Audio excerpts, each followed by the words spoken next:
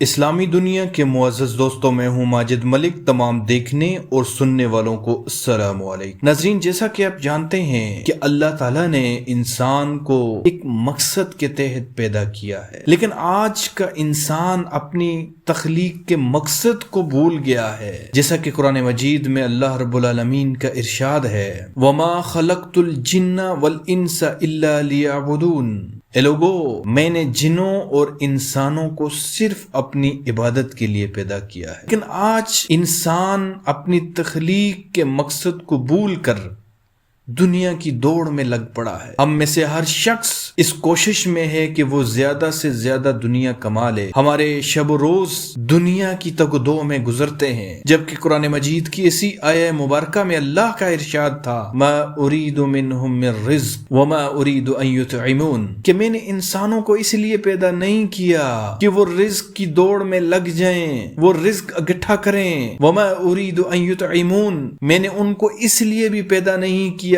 کہ وہ رزق کما کر مجھے دیا جائے، میں نے تو ان کو اپنی عبادت کے لیے پیدا کیا ہے۔ لہذا انسان کو چاہیے کہ وہ اللہ کی عبادت میں اپنا وقت صرف کرے۔ جو رزق اللہ تعالیٰ نے ہمارے حصہ میں لکھا ہوا ہے، ہماری قسمت میں، ہمارے نصیب میں لکھا ہوا ہے، وہ ہمیں مل کر رہے گا، لیکن جو وقت ہم نے اللہ کے لیے گزارا ہوگا وہی وقت ہمیں کام آئے گا۔ تو اللہ کے بندو، آج ہمارے پاس وقت ہے کہ ہم اپنے تخلیق کے مقصد کو سمجھیں، ہم اللہ کی عبادت، اللہ کے قانون پر عمل کریں۔ وہ قانون جو اللہ نے ہمیں دیا ہے، اگر ہم اس قانون کے مطابق زندگی گزاریں گے تو یقیناً اس قانون پر چلنا ہی اللہ کی عبادت ہے۔ تو آئیے ہم سب مل کر یہ عہد کریں کہ ہم نے اپنی زندگیوں کو اللہ کے قانون کے مطابق اللہ کی عبادت کرتے ہوئے گزارنا ہے۔ اللہ تعالی ہمیں استقامت دے اور ہمیں اپنی عبادت کرنے کی توفیق عطا فرمائے۔